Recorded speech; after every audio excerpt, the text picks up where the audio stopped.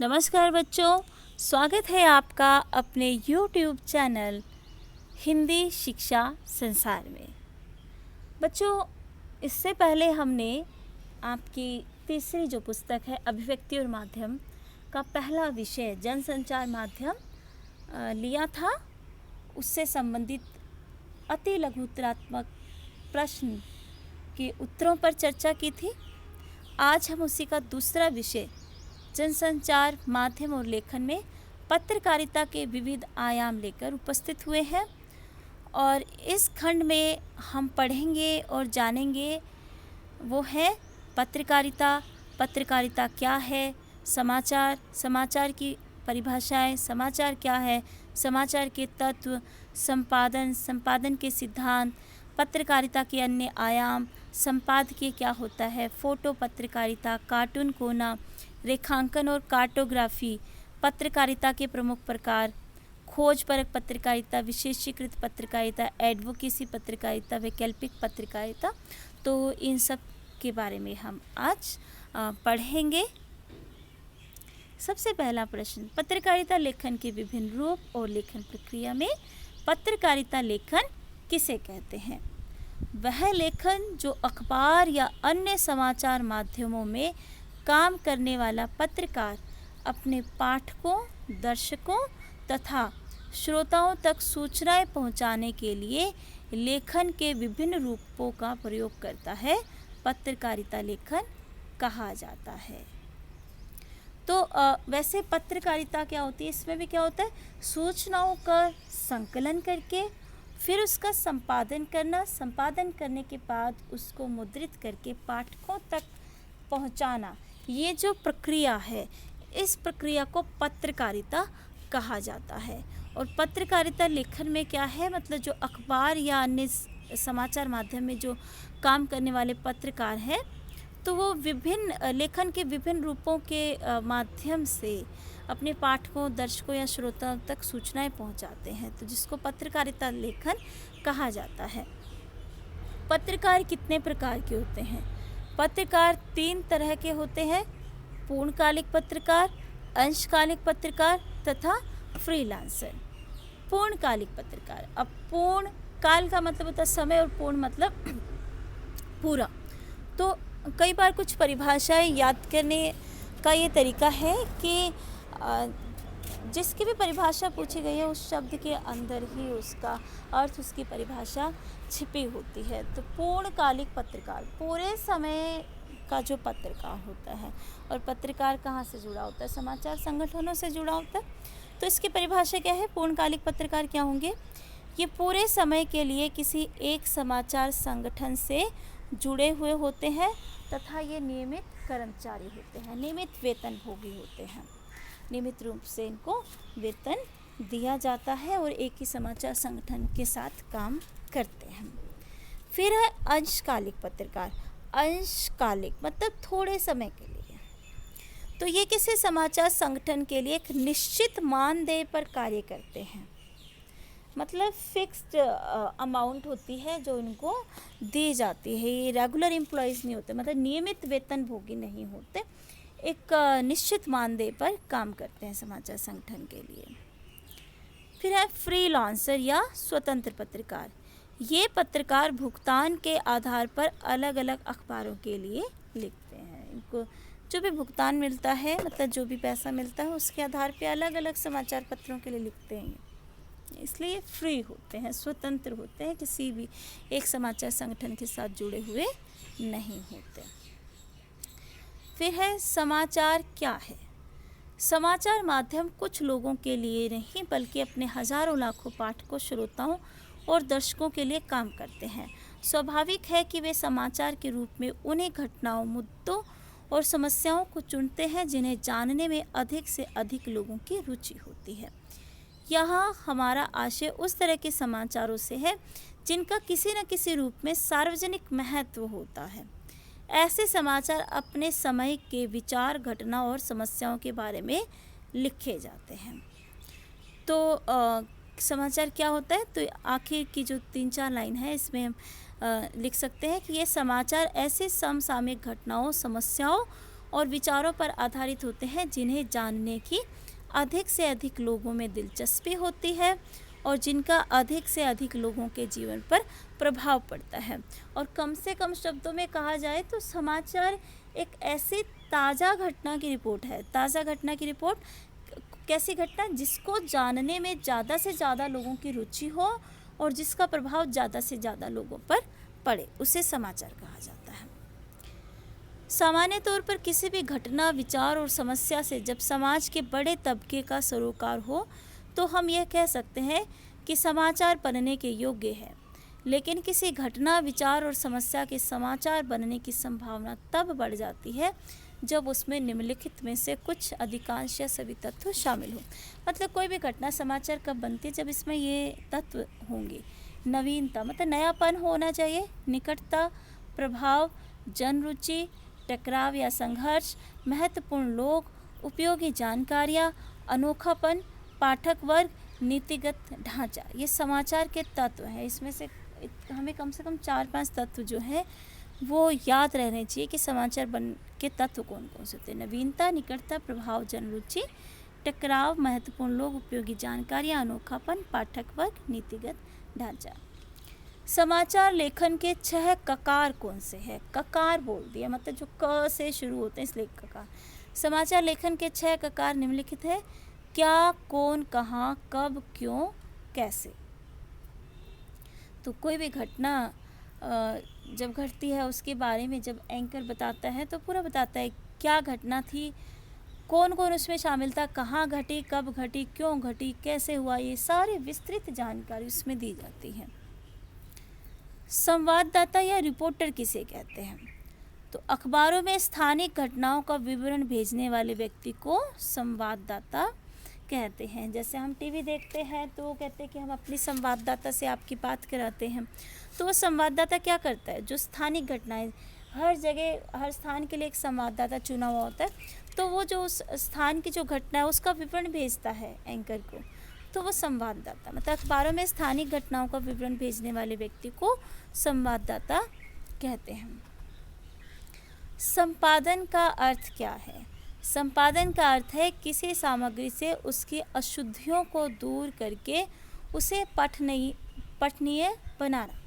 संपादन अंग्रेजी का शब्द है इसके लिए एडिटिंग करना। एडिटिंग में हम क्या करते हैं, वर्तनी का, भाषा का, व्याकरण का, इनका भी ध्यान रखते हैं। साथ में ये भी ध्यान रखते हैं कि ये खबर लोगों तक जानी चाहिए कि नहीं जानी चाहिए। ठीक है, तो यही है कि संपादन का अर्थ है किसी सामग्री से उसकी अशुद्धियों को दूर करके उसे पठनीय बनाना। एक उप संपादक अपने रिपोर्टर की खबर को ध्यान से पढ़ता है और उसकी भाषा शैली, व्याकरण, वर्तनी तथा तथ्य संबंधी अशुद्धियों को दूर करता है। फैक्ट्स पे आधारित होना चाहिए समाचार जो है। ऐसे ही कोई भी घटना हम अपनी मर्जी से लिख दिया वो समाचार नहीं हो सकती, अपनी कल्पना नहीं हो सकती, उसमें फैक्ट्स होने चाहिए। तो उस खबर को महत्व के अनुसार काटता छाँटता है और उसे कितनी और कहाँ जगह दी जाए यह भी तय करता है।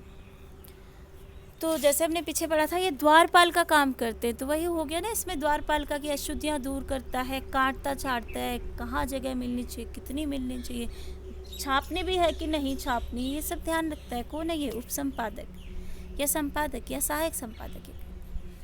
तो इसके लिए वह संपादन के कुछ सिद्धांतों का पालन करता है। तो संपादन के जो सिद्धांत होते हैं वो क्या है? तथ्यों की शुद्धता होनी चाहिए, जो फैक्ट्स है, एक्यूरेसी होनी चाहिए उसमें, क्योंकि लोगों के एक विशाल समूह तक पहुंचेगा वो। वस्तुपरकता होनी चाहिए, निष्पक्षता होनी चाहिए, संतुलन होना चाहिए, स्रोत भी पता होना चाहिए कहाँ से है। तो ये सिद्धांत। संपादकीय किसे कहते हैं? संपादक से बना। संपादकीय जो संपादक लिखता है, जो लेख, तो संपादकीय वह लेख है जिसके जरिए समाचार पत्र किसी घटना, समस्या या मुद्दे के प्रति अपनी राय प्रकट करते हैं और यह किसी व्यक्ति विशेष का विचार नहीं होता। पूछ लिया जाता है कि संपादकीय, वैसे ये भी कह दिया जाता है कि संपादक द्वारा किसी विषय पे अपना विचार जब दिए जाते हैं, अपनी राय दी जाती है, लेख लिखा जाता है, तो उसको संपादकीय कहा जाता है। लेकिन इसमें संपादक अपना नाम नहीं लिखता। क्यों नहीं लिखता? क्योंकि ये सिर्फ संपादक की राय नहीं होती, ये उस पूरे समाचार पत्र की राय होती है।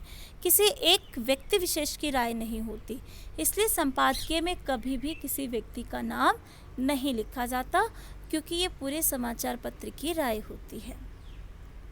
संपादक किसे कहते हैं? वह व्यक्ति जो समाचार पत्र के संपादकीय कार्य का निर्देशन, नियंत्रण व निरीक्षण करता है, उसे संपादक कहते हैं। यह समाचार पत्र में प्रकाशित सामग्री के लिए उत्तरदायी होता है। यह संपादकीय विभाग का प्रमुख प्रशासनिक एवं विधिक अधिकारी होता है। मतलब इसके निर्देशन में ही सब कुछ छपता है, नियंत्रण रखता है कि हाँ, ये निर्देश जारी करता है कि कैसे जो है कौन सी खबरें छापनी, कौन सी नहीं छापनी है, कैसे उसकी एडिटिंग करनी है, सुपरवाइज करता है, निरीक्षण करता है ये पूरा। स्तंभ लेखन क्या है? स्तंभ का मतलब अंग्रेजी में कहा जाए तो कॉलम। एक कॉलम दिया जाता है किसी भी समाचार पत्र में किसी लोकप्रिय लेखक को, और नियमित रूप से वो उस पर अपना एक लेख लिखता है, वो स्तंभ लेखन है। तो स्तंभ लेखन विचारपरक लेखन का प्रमुख रूप है। खास शैली के कुछ लेखक अखबार में नियमित लेख देते हैं।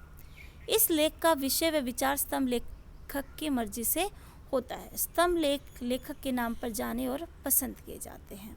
तो मतलब किसी लोकप्रिय लेखक द्वारा नियमित रूप से अपने विचार परक जो लेख लिखे जाते हैं उसको स्तंभ लेखन कहा जाता है। इसके लिए एक अलग से एक स्तंभ जो है निर्धारित किया जाता है। फिर है फोटो पत्रकारिता। जैसे आप कुछ पत्रकारिता तो इसमें साथ में फ़ोटो भी दी जाती है, तो उसी से संबंधित है फोटो पत्रकारिता। कि फोटो पत्रकारिता ने छपाई की टेक्नोलॉजी विकसित होने के साथ ही समाचार पत्रों में अहम स्थान बना लिया है। कहा जाता है कि जो बात 1000 शब्दों में लिखकर नहीं कही जा सकती वह एक तस्वीर कह देती है। फोटो टिप्पणियों का असर व्यापक और सीधा होता है। टेलीविज़न की बढ़ती लोकप्रियता के बाद समाचार पत्रों और पत्रिकाओं में तस्वीरों के प्रकाशन पर जोर और बढ़ा है। तो किसी खबर के साथ कई बार फ़ोटो छापी जाती है और उस फोटो से बहुत कुछ समझ में आ जाता है, तो उसे कहा जाता है फोटो पत्रकारिता। कार्टून कोना। कार्टून कोना अगर हम देखें, अखबार का जो पहला पृष्ठ होता है उसमें जहाँ मार्जिन होती है उस तरफ एक कार्टून कोना जो है वो बना रहता है, और उस कार्टून कोने के माध्यम से भी उसमें एक हस्ताक्षर भी होते हैं। तो कार्टून कोना लगभग हर समाचार पत्र में होता है और उनके माध्यम से की गई सटीक टिप्पणियां पाठक को छूती है। एक तरह से कार्टून पहले पन्ने पर प्रकाशित होने वाली कड़े और धारदार संपादकीय से भी अधिक प्रभावी होता है। तो इसकी डेफिनेशन क्या है, इसकी परिभाषा है कि कार्टून पहले पन्ने पर प्रकाशित होने वाली एक हस्ताक्षरित संपादकीय है। रेखांकन और कार्टोग्राफ। कई बार कुछ बातें जैसे व्यापार से संबंधित जो पृष्ठ होते हैं, सेंसेक्स से संबंधित होते हैं, उसमें ग्राफ बनाए होते हैं, रेखाएं बनाई होती हैं, जिसके माध्यम से कितना उछाल जा रहा है, कितनी गिरावट जा रही है, वो स्पष्ट हो जाती है। तो वो होता है रेखांकन या कार्टोग्राफी। तो रेखांकन और कार्टोग्राफी समाचारों को न केवल रोचक बनाते हैं बल्कि उन पर टिप्पणी भी करते हैं। क्रिकेट के स्कोर से लेकर सेंसेक्स के आंकड़ों तक ग्राफ से पूरी तरह बात एक नज़र में सामने आ जाती है। कार्टोग्राफ का उपयोग समाचार पत्रों के अलावा टेलीविज़न में भी होता है। फिर है पत्रकारिता के प्रमुख पत्रकार। सबसे प्रमुख प्रकार खोजपरक पत्रकारिता। ये बहुत बार बच्चों पेपर में आता है। खोजपरक पत्रकारिता में क्या होता है कि इसमें जो सार्वजनिक सूचनाएं, सार्वजनिक मामले होते हैं उनमें कई बार जो गड़बड़ियाँ होती हैं उनकी गहराई से छानबीन की जाती है और उनका पर्दाफाश किया जाता है, और ऐसे तथ्यों को सामने लाया जाता है जिनको दबाया जा रहा होता है, छिपाया जा रहा होता है। वो खोजपरक पत्रकारिता है। तो खोजपरक पत्रकारिता का आशय ऐसी पत्रकारिता से है जिसमें गहराई से छानबीन करके ऐसे तथ्यों और सूचनाओं को सामने लाने की कोशिश की जाती है जिन्हें दबाने या छिपाने का प्रयास किया जा रहा हो। तो आमतौर पर खोजी पत्रकारिता सार्वजनिक महत्व के मामलों में, जैसे भ्रष्टाचार, अनियमितताओं और गड़बड़ियों को सामने लाने की कोशिश करती है। खोजी पत्रकारिता का उपयोग उन्हीं स्थितियों में किया जाता है जब यह लगने लगे कि सच्चाई को सामने लाने के लिए और कोई उपाय नहीं रह गया। खोजी पत्रकारिता का ही एक नया रूप टेलीविज़न में स्टिंग ऑपरेशन के रूप में सामने आया है। तो ये प्रश्न भी कई बार आया है कि स्टिंग ऑपरेशन कौन से पत्रकारिता का ही एक रूप है। तो ये खोजी पत्रकारिता का ही एक रूप है। तो इसमें क्या करते हैं, वही जिन तथ्यों को दबाने की कोशिश की जा रही, छुपाने की कोशिश की जा रही है और जो सार्वजनिक मामलों से जुड़े हुए हैं तो उनकी गहराई से छानबीन करके उनका पर्दाफाश किया जाता है। विशेषीकृत पत्रकारिता, नाम से ही है कि विशेष क्षेत्र से जो संबंध रखती होगी वो विशेषीकृत पत्रकारिता है। तो इस पत्रकारिता का अर्थ घटनाओं की सूचना देना मात्र नहीं है। पत्रकार से अपेक्षा होती है कि वह घटनाओं की तह तक जाकर उसका अर्थ स्पष्ट करे और आम पाठक को बताए कि उस समाचार का क्या महत्व है। इसके लिए विशेषता की आवश्यकता होती है, विशेषज्ञता की। पत्रकारिता में विषय के हिसाब से विशेषता के 7 प्रमुख क्षेत्र हैं: संसदीय पत्रकारिता, न्यायालय पत्रकारिता, आर्थिक पत्रकारिता, खेल पत्रकारिता, विज्ञान और विकास पत्रकारिता, अपराध पत्रकारिता तथा फैशन और फिल्म पत्रकारिता शामिल है। मतलब जो विशेष क्षेत्र से संबंध रखती है वो है विशेषीकृत पत्रकारिता। तो ये उसके कुछ रूप हैं। वॉचडॉग पत्रकारिता। अब अगर नाम से इसके अर्थ को समझने की कोशिश की जाए, वॉच मतलब देखना, डॉग मतलब कुत्ता, और कुत्ता क्या करता है? निगरानी रखता है। घर में हम कुत्ता किस लिए रखते हैं? कि निगरानी रखे और आने जाने वालों पर भी, कोई अजनबी तो नहीं घुस गया घर में। तो यही काम इस पत्रकारिता का है कि यह माना जाता है कि इसमें क्या है कि ये सरकार के कामकाज पे निगरानी रखती है, ये इसका काम है। और अगर कोई गड़बड़ी दिखती तो फिर उसका पर्दाफाश भी कर देते हैं। तो यह माना जाता है कि लोकतंत्र में पत्रकारिता और समाचार मीडिया का मुख्य उत्तरदायित्व सरकार के कामकाज पर निगाह रखना है और कहीं भी कोई गड़बड़ी हो तो उसका पर्दाफाश करना है। तो इसे ही कहा जाता है वॉचडॉग पत्रकारिता। इसका दूसरा छोर सरकारी सूत्रों पर आधारित पत्रकारिता है। समाचार मीडिया केवल वही समाचार देता है जो सरकार चाहती है और अपने आलोचनात्मक पक्ष का परित्याग कर देता है। आमतौर पर इन 2 बिंदुओं के बीच तालमेल के जरिए ही समाचार मीडिया और इसके तहत काम करने वाले विभिन्न समाचार संगठनों की पत्रकारिता का निर्धारण होता है। तो इसमें हम इतना ही लिखेंगे कि इसमें क्या होता है कि जो पत्रकारिता सरकार के कामकाज पर निगरानी रखती है और उसमें कोई गड़बड़ी होने पर उसका पर्दाफाश भी करती है, उसको कहा जाता है वॉचडॉग पत्रकारिता। बस देन एडवोकेसी पत्रकारिता। ऐसे अनेक समाचार संगठन होते हैं जो किसी विचारधारा या किसी खास उद्देश्य या मुद्दे को उठाकर आगे बढ़ते हैं और उस विचारधारा या उद्देश्य या मुद्दे के पक्ष में जनमत बनाने के लिए लगातार और जोर शोर से अभियान चलाते हैं। तो इस तरह की पत्रकारिता को पक्षधर या एडवोकेसी पत्रकारिता कहा जाता है। मतलब जब जनमत तैयार किया जाता है किसी खास विचारधारा पर या खास मुद्दे को लेकर। वैकल्पिक पत्रकारिता, विकल्प खोजा जाता है जहाँ, तो मतलब व्यवस्था के साथ तालमेल बैठाकर चलने वाली मीडिया को मुख्य धारा की मीडिया कहा जाता है। और इस तरह की मीडिया आमतौर पर व्यवस्था के अनुकूल और आलोचना के एक निश्चित दायरे में ही काम करती है। मतलब जो व्यवस्था बना दी गई उसके अनुकूल काम करती है। लेकिन इसके विपरीत जो मीडिया स्थापित व्यवस्था के, जो व्यवस्था स्थापित हो चुकी है उसके विकल्प को सामने लाने की कोशिश करता है और उसके अनुकूल सोच को अभिव्यक्त करता है, उसे वैकल्पिक पत्रकारिता कहा जाता है। मतलब जो व्यवस्था स्थापित हो चुकी है मीडिया के लिए उससे हटकर उसका विकल्प खोजना, एक दूसरी व्यवस्था को सामने लाना और उस अनुकूल सोच को अभिव्यक्त करना वैकल्पिक पत्रकारिता होती है।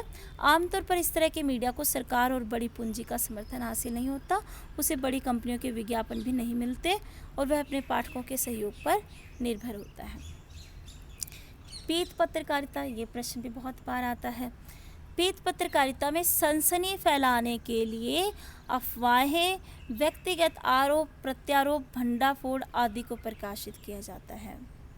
तो इसमें सनसनीखेज खबरें शामिल होती हैं, झूठे आरोप प्रत्यारोप जो लगाए जाते हैं वो। फिर है डेडलाइन किसे कहते हैं? समाचार माध्यमों में किसी समाचार को प्रकाशित या प्रसारित होने के लिए पहुंचने की आखिरी समय सीमा को डेडलाइन कहते हैं। डेडलाइन के बाद मिलने वाले समाचार के छपने की संभावना कम होती है। मतलब समाचारों को कवर करने के लिए जो समय सीमा निर्धारित की जाती है उसे डेडलाइन कहा जाता है। न्यूज़ पैग, ये भी 1-2 बार प्रश्न आया हुआ है। न्यूज़ पैग का क्या है? न्यूज़ पैग का अर्थ है किसी मुद्दे पर लिखे जा रहे लेख या फीचर में उस नवीनतम घटना का उल्लेख जिसके कारण वह मुद्दा चर्चा में आया। मतलब किसी पे भी हम लेख या फीचर लिख रहे हैं तो उससे रिलेटेड अगर कोई ऐसी घटना घटी है जिसके कारण वो मुद्दा वो टॉपिक जो है उठ गया सबके सामने, तो उस घटना का उल्लेख जो है उसमें कर दिया जाए तो वो है न्यूज़ पैक। स्टिंग ऑपरेशन हमने अभी पढ़ा खोजी पत्रकारिता में कि जब किसी टेलीविज़न चैनल का पत्रकार छिपे कैमरे के जरिए किसी गैर कानूनी, अवैध और असामाजिक गतिविधियों को फिल्माता है और फिर उसे अपने चैनल पर दिखाता है, तो उसे स्टिंग ऑपरेशन कहते हैं। मतलब इसमें कैमरा छिपाए जाते हैं और ऐसे तथ्यों को बाहर लाया जाता है जो छिपाने की कोशिश की जा रही होती है, जो गैर कानूनी होते हैं, अवैध होते हैं, असामाजिक गतिविधियाँ जहाँ चल रही होती है उनका भंडाफोड़ किया जाता है इसके माध्यम से। तो आज के लिए बच्चों इतना ही। इसमें एक हमने पीत पत्रकारिता की थी, तो उसमें एक पेज 3 पत्रकारिता भी होती है। और पेज 3 पत्रकारिता में क्या होता है, अमीरों की महफिलें, फैशन, ग्लैमर, पार्टियाँ, उनसे संबंधित जो पत्रकारिता होती है वो पेज 3 पत्रकारिता होती है। धन्यवाद, शुभ दिन। Stay home, stay safe.